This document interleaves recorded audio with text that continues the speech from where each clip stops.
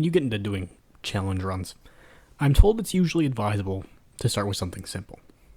So I decided I was going to personally beat the ever-loving hell out of the Witch Queen, and every single thing that stood between me and her, with only 4 weapons. Glaives, swords, and these hands. So, while I speedrun, reminding myself why I hate Shah Han, let's discuss the rules for this run, shall we? They're pretty simple. Whenever possible, all damage must be dealt via melee attacks, such as the punch, which gets a lot of use at first, the glaive melee, and the sword attacks. But I want to include the powered melee in this as well. I think is fair. It's called a melee. As well as the heavy attack on caster swords. I try to avoid the glaive ranged attack, but I didn't end up banning it for some very specific reasons that you'll see later. That being said, guns, banned. Grenades, don't even think about it. Supers? No. Except for well, because, well. Oh wait, did I mention that? Instead of playing this challenge like the intelligent person I like to tell people I am, and loading up my Titan with all the exotics and the well-tuned melee attacks, I sent my Titan straight to the void and started a new Warlock. Why, you may ask? Because I like playing Warlock, and I don't really like myself. So after escaping Shah Han with the greatest addition to Destiny's new player experience ever added, also known as the ability to skip it, I did some shopping, and then took off into the Witch Queen with blue gear and a dream. Keep in mind at this point, you cannot craft a glaive until after this first mission, so I wasn't going to allow myself to use any of my other glaives. And I did not get lucky enough to get a sword in the opening parts that I actually did play. So I punched every Cabal between the spawn point and the cannon, except for a few, because every now and then, we'll see the greatest gift the Traveler has ever given his most annoying soldier. These big objects. You can see the exact moment I realize that this is still kind of a melee attack. However, you'll notice a small issue here, if you've been paying attention. I decided, in my hubris, that I wanted to do this on Legendary difficulty. That was a mistake. And somewhere in the second hour of trying to clear the second section of this stupid mission with just my hands, I decided I did not need to play in a way that would kill this before I even finished the first mission. So I switched back to normal and slaughtered my way back to the thing I wanted the most. That stupid broken glaive part. After that, I just had to punch my way through several more encounters before I could escape with my prize. However, don't let my editing genius fool you. I have died a great number of times in these attempts, and I will die a great number more. Less than I might have expected, though. I'm very in tune with the healing powers of the Solar Warlock. Born to Nova, forced to well. Except for the fact that, as I'm editing this, I have just realized that I could have used healing dates this entire time, without breaking the rules. Let's just call that, purposeful added difficulty, shall we? Eventually we get to the part of this mission I always think is the end, but never is, so I beat up the Hive Knight, wait for him to respawn because the game won't let me end this early, clown on him again, forget that I rebound my finisher button, and thus cannot finish this when the game wants me to, bruise my knuckles on the Knight's head for the 3rd time, and finally commit a questionable action, and feel remorse for the first time. I then slap some people carrying moats, and then sprint my way through an unopened portal through sheer force of will. Upon entry to Savathun's throne world, I do some slapping, and head my way to the final fight to show Savathun why these hands are rated E for everyone. She pulls her usual slippery bullshit, leaves me inches away from my greatest enemy, this stupid chest that I can't open. Want the loot, damn it! She then acts like my mother, and forcibly evicts me from the house, telling me to touch grass, and thus finishes the first mission of the Witch Queen, using only these hands. But now, we're at the moment I've been waiting for. Our first upgrade. I chose to do the Witch Queen campaign first out of every campaign, strictly for this ability to craft glaives. Perks? Don't matter. Frame? Intrinsics? Don't matter. We're here for the ability to stab. And stab we will. This is the first of only 2 major upgrades this build is getting, folks, in this run. So it really doesn't get better from here. Coming back for round 2, we start the investigation mission by heading into Savathun's throne world once more. I've always kind of wondered about how we do that. Like, do we go through that door every time? Because, like, we go in the ship, it's a whole thing. Anyway, Ghost starts yapping, I start stabbing, and we finally hear from the second most annoying character in Destiny. Hey, listen! At least since Nimbus has been added. I do some hopping, then some stabbing, then a bit more hopping. You can really tell they were originally targeting this launch for Strand, because it's surprisingly vertical sometimes. It would really suck not to be able to double jump in this. Oh. Moving on, I do a lot of not being subtle in the slightest, deliberately ignoring Finch's only request. I then guard a gate for a while, doing my best impression of a vanilla D1 player, before moving on to the last gate between me and the outdoors. Unfortunately, between me and this final obstacle lies another obstacle. A horde of Hive and Scorn, all of whom met the pointy end of my glaive post-haste. The only big issue was the Lightbearer, because I mistakenly assumed that they would end the encounter and everything else would despawn, which let the Thrall swarm me. Second time around, didn't make the same mistake, and everything was swiftly reintroduced to my glaive. And I skedaddled. We then met Finch and ended the second mission of the Witch Queen. Mission 3, the Ghosts.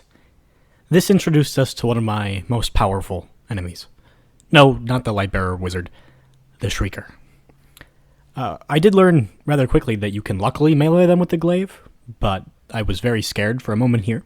Following that, I descended further into the tunnels of the Throne World, dodging my way through the first dark section mostly from memory, before delivering Pointy Glaive to the combined forces of the Hive and Scorn via same-day shipping. I move on to the showdown with one of my ancient enemies, jumping puzzles, which goes about as well as it does for most Warlock mains, before coming up to the true challenge of this mission, the Scornwalker.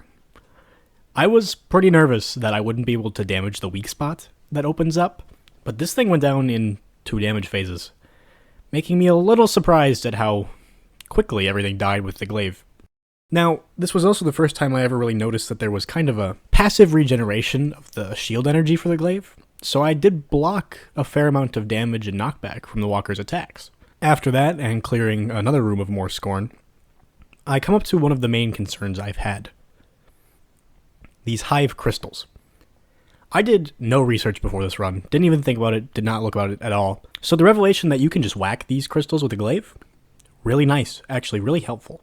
Continuing onwards to the big above ground section, we whack some Scorn, then whack some crystals, and then jump and fail to fall into the void before finally falling. The first section with the Scorn Baron wasn't bad, just hard to navigate because I, for the life of me, cannot see in most of this mission. Finishing this, I do battle once again with my ancient enemy, the jumping puzzles, and fail, before I square up with the Scorn Baron for the final time. The amount of damage that the Glaive melee did to this boss was actually very surprising and kind of concerning. His health disappeared in a shocking amount of time. In fact, I think it took longer to find all of the crystals in between damage phases than it actually took to do all of the damage. After the Baron went down, I grabbed Sagira's shell, and completely ignored any of the lore or story going on to instead focus on the true endgame of Destiny. Drip. Successfully completing the third mission of the Witch Queen. Mission 4 sees us mounting an attack on the Cabal that are attempting to infiltrate the European Pyramid, and it is here that the true enemy of the run finally reveals itself. I was stuck on this stupid tank for hours, and that was before I managed to even get to the second one. Well, it was easy enough to do damage to the damn thing if I was, close to it in a well. Trying to get close to it in the well was the nightmare, and then when you did, the damn thing wouldn't stay in or near my well. I, quite frankly, will not count the number of resets that these things caused, and would prefer to just move on. After several hours, I conquered the damn tanks, and moved on to the inside of the pyramid. After that, the rest of the mission was honestly pretty easy. I didn't even have my usual issues with any form of jumping, and the Imperial Deserter went down like it was nothing, especially when I started to utilize the many new techniques I'm figuring out. The final fight here might have been even easier than it was on my first normal difficulty playthrough, which is saying something. So, I clowned on the Valis, attempted to sacrifice a small end to the Darkness statue for a sword drop of any kind, and finished the communion. Melee only. So, due to some technical difficulties, I did not record the entirety of the mirror. You're just gonna kind of have to trust me on the fact that I did it melee only, because there was really nothing in there that was gonna stop me, to be quite honest. But I also did the Lightblade Strike right after that, which I do have footage for. And I apologize deeply to the two blueberries that had to deal with me while I was doing this. I died a lot to things that would not kill a normal guardian, who could use more than their hands to deal damage. Sorry about that. I don't think I even cast a well that was remotely useful in the final fight, which is kind of embarrassing, but also pretty par for the course for me, not gonna lie to you. So we did beat both the Mirror and the Lightblade Strike, melee only. In my opinion, the Cunning is the single worst mission in this entire challenge. Every concern I've had up to this point, the puzzle things you've got to do, the objects you've got to shoot usually, the jumping, and the mostly immune enemy except for one very specific and small weak spot. Yeah, all of them, they're in this mission one after another. This mission was specifically designed by the part of Bungie that the government is paying to ruin my life. And the government has struck it again while I do this, having corrupted the entire recording of this mission, the whole hour or so of footage. So, I'll give you the highlights while I style on Zavala and Ikora's little argument here. First things first, you can make it all the way into the main room of this mission, the one where the statue of Sithona is, using only melee. Those little deep sight puzzle buttons can be attacked with melee, or at least the Glaive melee, and there are no big issues if you're not bad at jumping. The Sniper Scorn guy is an easy fight, and the only big issue comes directly after that fight. There are two deep sight puzzles. The first one, which spawns the first little platforms in that room, is doable, even if you need to jump from some weird places to hit them. However, the second puzzle, this straight row of them, you cannot. Getting close enough to it blocks melee attacks. So, I left. I went to the tower to buy the seasonal weapon, Chivalric Fire, and then I came back. Only to find out, wouldn't you know, the caster frame projectiles do not affect the puzzle runes, in the slightest, any of them. I tested it on a few other ones, and it's not even just this straight line. It's not even a puzzle that blocks it. So this is where the exception for the ranged glaive attack came in.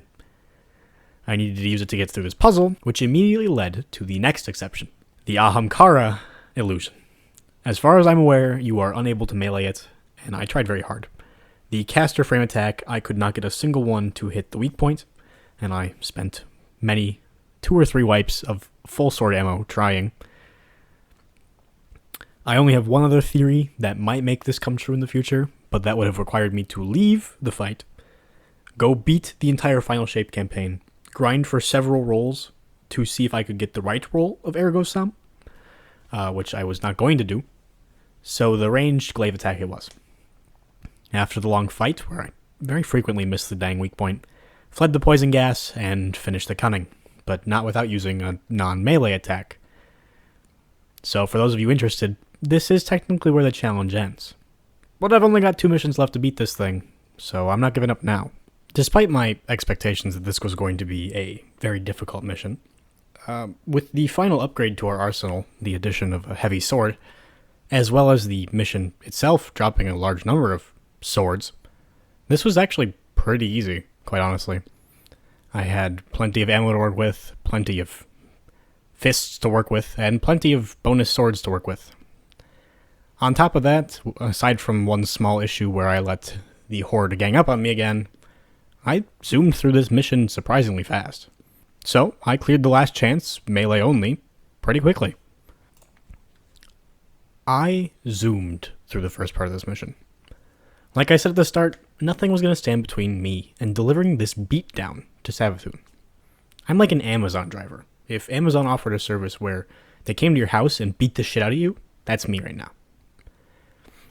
I stopped for a moment to watch Ikora use 2 supers in 2 seconds, like the dirty hacker that she really is, and then scale the Witch Queen's fortress post-haste. I do the weird mirror puzzle thing, only falling prey to the Shrieker once, and continued my long climb. But, soon enough, I stood face to face with the Witch Queen herself. I was given a chance to show off what I had learned during this challenge.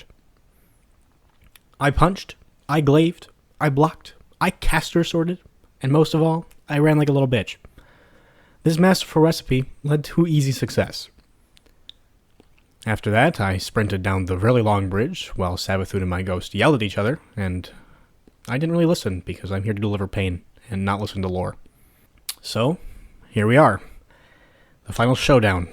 Savathun and I have some business to finish up, and I'm going to introduce her to my two best friends in this challenge. These and Hands. We square up, she's doing a little too well, and then my ghost has a masterful idea. Mental torture. Like I've always said, every game is 90% psychological warfare and 10% actual warfare. And my little buddy has done his best to take that to heart. After we sufficiently traumatize Savathun, I take to the punchin'. I use the age-old challenge run strat of only getting 2 thread cutter, so I can do damage as long as possible. I begin to fling as many punches, powered melees, and caster frame attacks as possible at Savathun. Then, when she's low enough, I grab the last thread cutter, mostly in an effort to get more ammo for my sword, which fails, and I plop a well at her feet. Savathun then goes down rather quickly at the hands of the weapon she herself allowed me to craft. And thus, I beat the Witch Queen using, at least mostly, melee attacks. So, thank you all for watching. I hope you've enjoyed this video, and stick around to see some more, or leave some recommendations in the comments. I've got a bunch of melee-only runs to do, but after that, I'm looking for some more material to work with. I'll see you then.